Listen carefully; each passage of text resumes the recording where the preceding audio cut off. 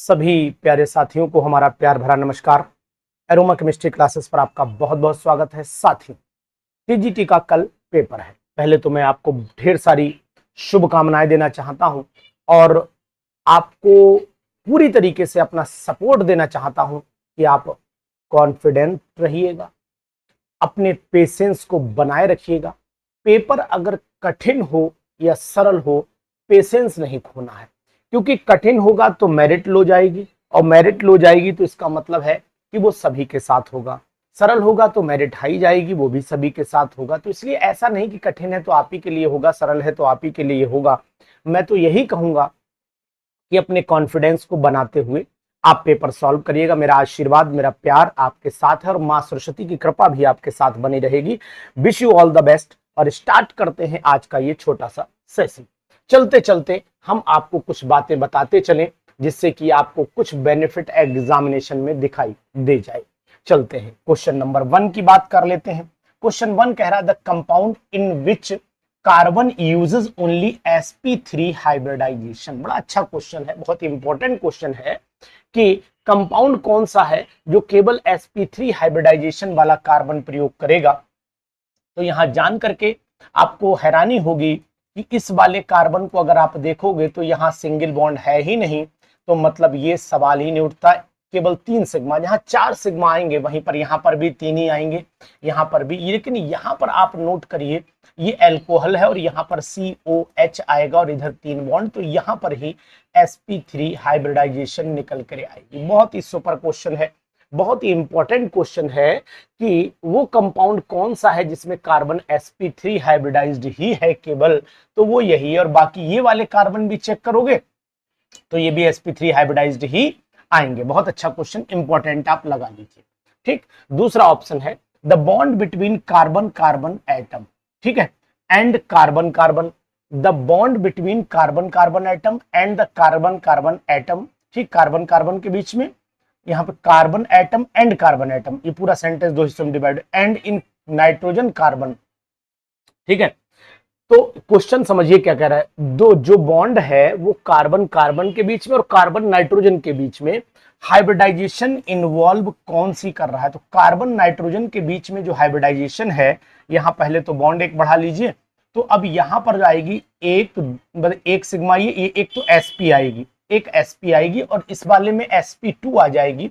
तो आंसर यहां पर ये वाला सी ऑप्शन सही हो जाएगा। यानी कि ओवरऑल क्वेश्चन ये कह रहा है, पूछा क्या गया है, पूछा ये गया है कि इसमें जो कार्बन नाइट्रोजन है उसके बीच में और कार्बन कार्बन के बीच में हाइब्रिडाइजेशन कौन सी है, तो वो sp और sp2 हाइब्रिडाइजेशन है। बहुत ही अच्छा क्वेश्चन है। Number of electrons in cyclobutadienyl anion, तो जो नंबर ऑफ इलेक्ट्रॉन्स हैं वो कितने हैं साइक्लोब्यूटाडाइइनाइल एनायन। तो साइक्लोब्यूटा ये हो गया, साइक्लोब्यूटा ये हो गया, डाइइनाइल हो गया। ठीक है, डाइइनाइल एनायन इस पे 2 लगे हुए हैं, तो आपने 2 नेगेटिव लगा दीजिए। कितने इलेक्ट्रॉन इसमें दिखाई आपको दे रहे हैं, नंबर ऑफ इलेक्ट्रॉन्स। तो यहां बताने की कोशिश करूंगा कि एक तो आपको 2 इलेक्ट्रॉन ये गिनने पड़ेंगे भाई। 2 नेगेटिव का मतलब यहां 2 पेयर नहीं है, 2 इलेक्ट्रॉन से है। और साथ ही साथ यहां पर 1 2 3 4 ये हैं, तो 6 इलेक्ट्रॉन का आपको ऑप्शन इसमें लगाना पड़ेगा। नंबर ऑफ इलेक्ट्रॉन्स जब पूछे जाए तो वो इलेक्ट्रॉन्स जो हमें रिप्रेजेंटेशन में दिखाई दे रहे हो, इस बात का। Homolytic fission of the carbon carbon bond in ethane gives an intermediate. तो होमोलिटिक फिजन पर जो मिलेगा वो आपको मिलना चाहिए क्या, वो मिलना चाहिए ये कार्बोकैटायन। यहाँ पर 1 2 3 sp2 हाइब्रिडाइज्ड होना चाहिए, ये वाला ऑप्शन आपका आना चाहिए। तो है ना सुपर क्वेश्चन। एक बार कमेंट में जरूर बताइए, कल एक लोगों ने कमेंट किया कि सर बहुत बच्चों वाले क्वेश्चन है, वाकई में 2-4 क्वेश्चन बहुत सरल थे। कोई बात नहीं, होता है, जब कभी कठिन राह भी चली जाती तो एक आध, बहुत सारे पत्थर जब होते तो एक आध फूल भी कहीं ना कहीं और पड़े होते हैं और वो फूल ही खुशबू देते हैं और उन पत्थरों से आराम दिलाते हैं। इस बात का ध्यान दीजिएगा। ये कोई ऐसी बात, अरे आपने कहा और हमने माना, ठीक है, अच्छी बात है। आपने कहा कि सर ये बहुत सरल क्वेश्चन है, चलिए आगे। The number of possible resonating structure in carbonate, carbonate ion में जो रेजोनेटिंग स्ट्रक्चर है वो कितने संभव हैं, वो आपको मैं दिखाने की कोशिश करूंगा। तो एक ये बनेगा और 2 और बनेंगे, यानी टोटल 3 रेजोनेटिंग स्ट्रक्चर संभव हैं इसके अंदर। घुमाते रहिए, निगेटिव को तो ये 3 राउंड और घूम जाएगा, मतलब 2 स्ट्रक्चर और बन जाएंगे। तो कहने का तात्पर्य है यहाँ पर आंसर आपका कितना आएगा, आंसर यहाँ पर आपका सी आएगा। विच of the following molecule has not zero dipole moment, इसमें किसका जीरो डाइपोल मोमेंट नहीं है। तो आपको बताने की कोशिश करूंगा, इनका भी जीरो है, इनका जीरो, इनका NF3 का जीरो डाइपोल मोमेंट नहीं आएगा। कारण क्या है कि ये N है, ये F है, ये F है, ये F है और ये लोन पेयर है। हालांकि अपनी तरफ इलेक्ट्रॉन खींचेंगे और अपनी तरफ इलेक्ट्रॉन खींचने के बाद ये कैंसिल आउट भी करेंगे, तो कोशिश होगी कि डाइपोल मोमेंट घटेगा लेकिन जीरो नहीं आएगा। ये क्वेश्चन भी सुपर क्वेश्चन है भाई साहब, इस पर लगा लो कि आएगा। बहुत इंपॉर्टेंट, वेरी वेरी इंपॉर्टेंट। ये क्वेश्चन जितने आज मैं करा रहा हूं अंतिम प्रहार है, बहुत जरूरी प्रहार है और आपको करना भी चाहिए।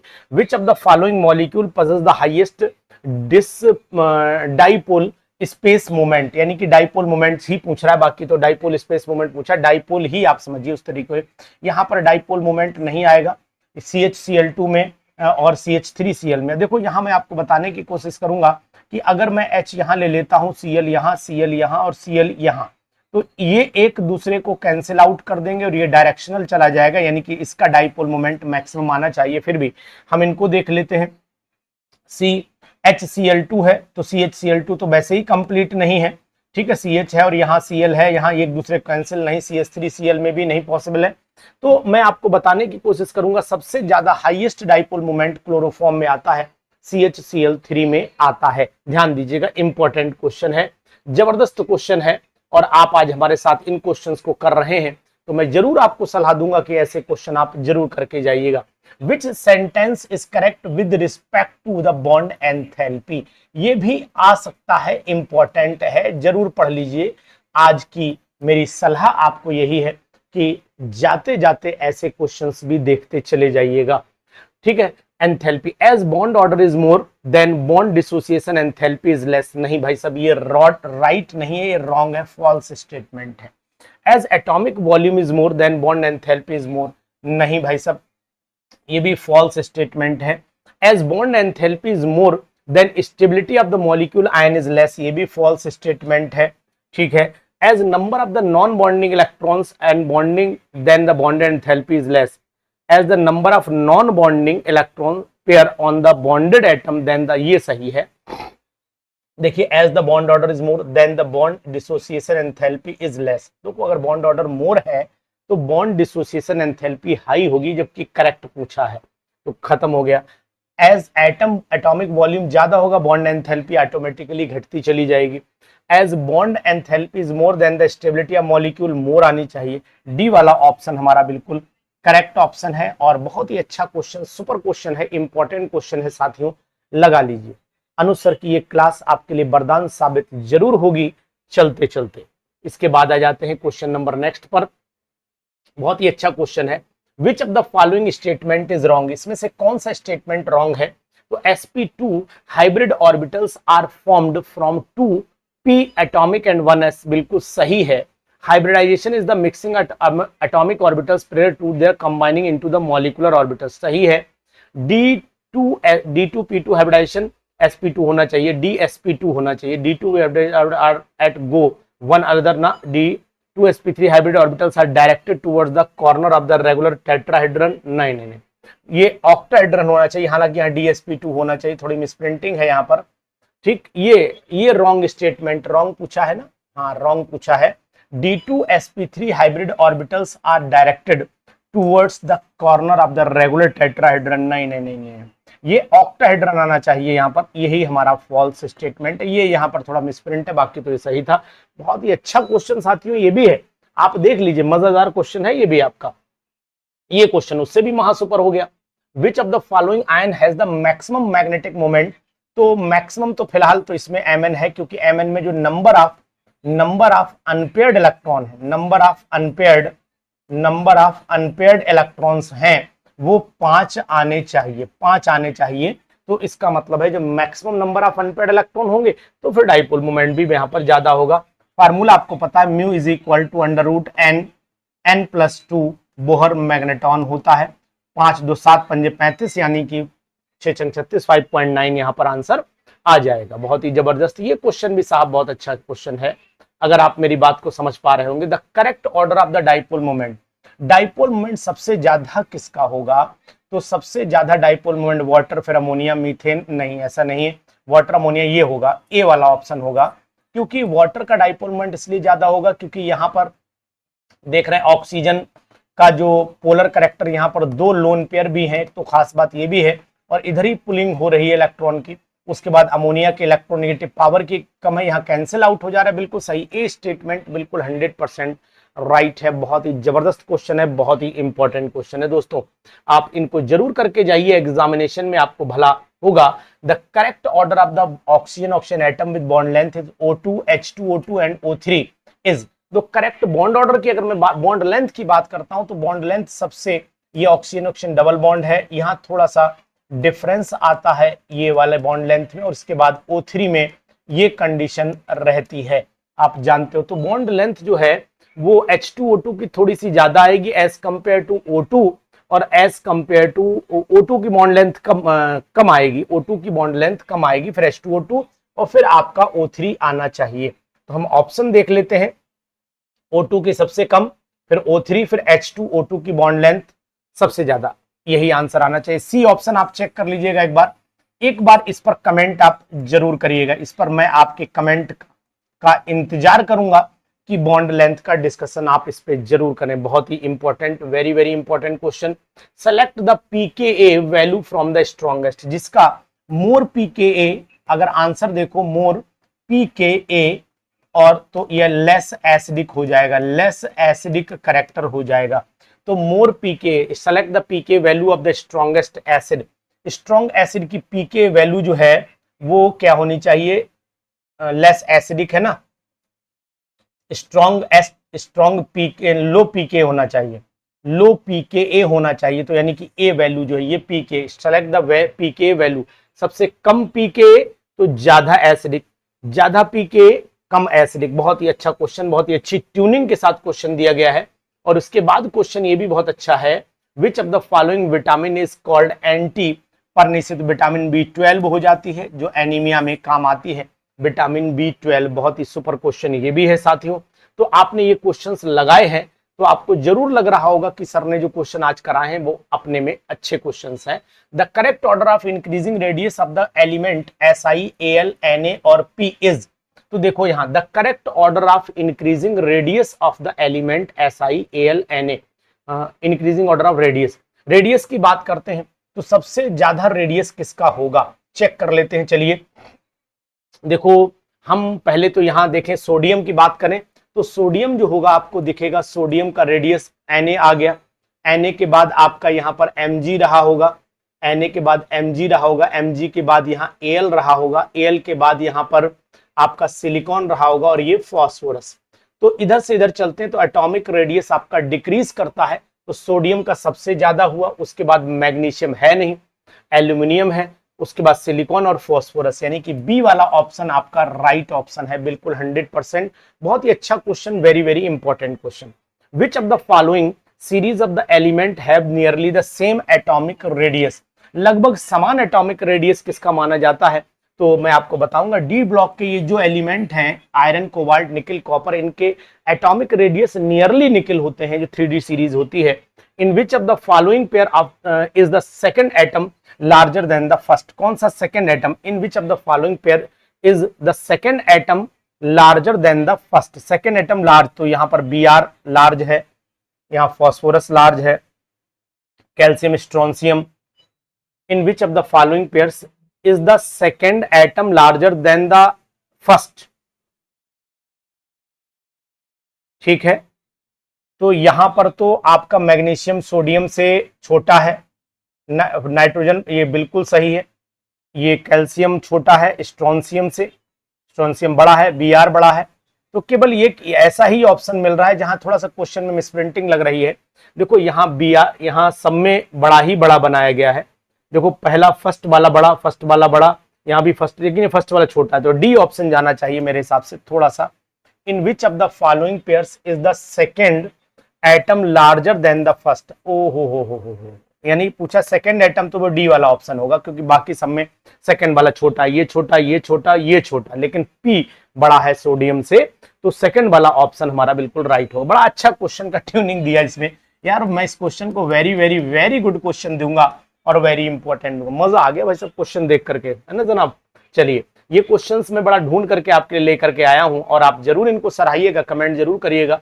विच of the following compound may the expect to the strongly ionic character, तो ऊपर से नीचे आने पर आयनिक कैरेक्टर बढ़ता है, तो यहाँ पर बेरियम क्लोराइड दिया है, यहाँ सीजियम क्लोराइड दिया है, तो ऊपर से नीचे आओगे तो इसका मतलब है कैल्शियम इधर से लेफ्ट टू राइट घटेगा, तो सीजियम क्लोराइड सबसे ज्यादा हो गया, बाकी स्ट्रोंसियम नहीं होगा, उधर चला गया। सीजियम क्लोराइड सबसे ज्यादा आयनिक कैरेक्टर रखेगा, क्योंकि टॉप टू बॉटम चलेंगे तो आयनिक कैरेक्टर बढ़ेगा, साइज बढ़ता है ना, और लेफ्ट टू राइट घटेगा, तो ये सब लेफ्ट साइड के हैं, तो सीजियम यहाँ पर परफेक्ट, बहुत सोचना नहीं है। The order of increasing at electron affinity, electron affinity की अगर हम देखें तो ज्यादा कहाँ होगी, मतलब ज्यादा कहाँ आएगी, किस ऑर्डर में है, चलो ठीक है। तो इलेक्ट्रॉन एफिनिटी की अगर मैं बात करता हूँ 6 4 10 2 12 और 5 17, ये क्लोरीन की इलेक्ट्रॉन एफिनिटी है, फर्स्ट वाली तो सबसे ज्यादा होनी ही है, फर्स्ट वाली सबसे ज्यादा होनी है इलेक्ट्रॉन एफिनिटी, और एट इलेक्ट्रॉन इसमें नहीं पड़ पाता, क्लोरीन इज द, तो फर्स्ट वाले को तो आप सबसे ज्यादा में ले आओ, तो जो ए जगह दिया है और डी जगह पे दिया है। उसके बाद सेकंड वाले में ये वाला हो जाएगा आपका, ये वाला, ये भी इलेक्ट्रॉन एक्सेप्ट कर लेता है, तो इसका मतलब ये हो जाएगा आपका कौन सा, 1 ये हो गया, और 2 ये थर्ड वाला आ जाएगा, 1 आएगा फिर थर्ड आएगा, 1 और थर्ड, यानी कि 1 हो गया फिर थर्ड हो गया, और फिर 4 चेक कर लेते हैं, 4 हो गया, 4 ये हो गया आपका 6 4 10, बिल्कुल सही है। और सेकंड वाला कहाँ है, सेकंड वाला तो बिल्कुल ही डाउन है मामला, सेकंड वाला आना चाहिए यहाँ पर, 4 लास्ट में आना चाहिए, 4 लास्ट में आना चाहिए, तो ये आएगा फर्स्ट सेकंड, क्योंकि P3 इसकी भी इलेक्ट्रॉन एंथैल्पी क्योंकि स्टेबल है, हाफ फिल्ड है ये, तो यहाँ पर डी ऑप्शन जाना चाहिए, डी जाना चाहिए, क्योंकि कारण है क्लोरीन तो हाईएस्ट इलेक्ट्रॉन एंथैल्पी रखता ही रखता है, साथ में फ्लोरीन है, लेकिन उससे पहले नाइट्रोजन भी जा रहा है, कारण ये कि नाइट्रोजन में हाफ फिल्ड है, अब ये और इलेक्ट्रॉन एक्सेप्ट करने की इच्छा इसकी नहीं, स्टेबिलिटी वो गेन कर चुका है, देन ये आएगा फिर लास्ट में फोर्थ। बिल्कुल बहुत super question, very very important. The highest ionisation energy is exhibited by, highest ionisation energy जो है वो नोबल गैसेस द्वारा दिखाई जाती है, क्योंकि ये इलेक्ट्रॉन अपने में से रिलीज करते ही ना के बराबर करते हैं। बहुत ही अच्छा क्वेश्चन, वेरी वेरी इंपॉर्टेंट। तो दोस्तों ये हमारे कुछ क्वेश्चंस थे जो आपको बताए हमने, अब हम आपको बताते हैं कि आखिरकार आपको करना क्या चाहिए, कितनी मेहनत करनी चाहिए। देखिए एक तो आप जितना भी पॉइंट हैं बेटर इंपॉर्टेंट पॉइंट रिवाइज करिए इस समय आप केवल इंपॉर्टेंट पॉइंट्स को रिवाइज करें, ज्यादा कुछ नहीं, इंपॉर्टेंट पॉइंट्स रिवाइज आप करें, चलते चलते इंपॉर्टेंट पॉइंट्स को रिवाइज करें आप। एक तो काम ये कर लें, जितने भी आपके फार्मूले हैं, फार्मूलों को आप जो हैं फार्मूले सब आप रिवाइज कर लें, फार्मूले सब पढ़ लें, फार्मूले सब रिवाइज कर लो, एक तरफ से जितने भी फार्मूले हैं पूरे अच्छे ढंग से आप रिवाइज कर लो। कुछ वैल्यू कांस्टेंट वैल्यूज आप रट लीजिए, कांस्टेंट वैल्यूज आप रट डालिए, छोड़िए मत, ठीक है ना, ये काम कर ली। लॉग की कुछ वैल्यूज अगर आपको जरूरत पड़ेंगी तो लॉग के वैल्यू याद कर लो, कुछ के अंडर रूट याद कर लीजिए, जो अंडर रूट 2 याद कर लो, अंडर रूट 3 याद कर लो, अंडर रूट 5 याद कर लो, अंडर रूट ऐसे करके 11 या समथिंग जो आपको लगता हो इंपॉर्टेंट वो अंडर रूट आप जरूर पढ़ डालिए, और साथ में कुछ नॉर्मल मल्टीप्लाई भी अपने दिमाग में रखिए, नॉर्मल मल्टीप्लाई भी आप दिमाग में रखिए। मैं ये सब क्यों बोल रहा हूं, आपके समय की बचत के लिए बोल रहा हूं, और साथ ही साथ आपको बताने की कोशिश करूंगा कि फिजिक्स और केमिस्ट्री की अगर मैं बात करता हूं, फिजिक्स और केमिस्ट्री, तो इन दोनों में फिजिक्स और केमिस्ट्री में आपको मैं सलाह दूंगा कि पहले आप केमिस्ट्री करिएगा, कॉन्फिडेंट रह के करिएगा, उसके बाद फिजिक्स पर हाथ डालिएगा। आप उम्मीद है आपका पेपर बहुत अच्छा होगा, कोई आपका सिलेक्शन रोक नहीं पाएगा, ये हमारी अपनी स्ट्रेटजी कहती है। और मैं आपको सलाह भी दूंगा कि अगर पेपर टफ लगे, इजी लगे, इनसे घबराने की जरूरत नहीं है, कॉन्फिडेंट होकर के पेपर दीजिएगा। Wish you all the best, ईश्वर करे आपका पेपर कल बहुत अच्छा हो, हमारी ढेर सारी शुभकामनाएं आपके साथ बनी रहे। Thank you, bye bye, take care.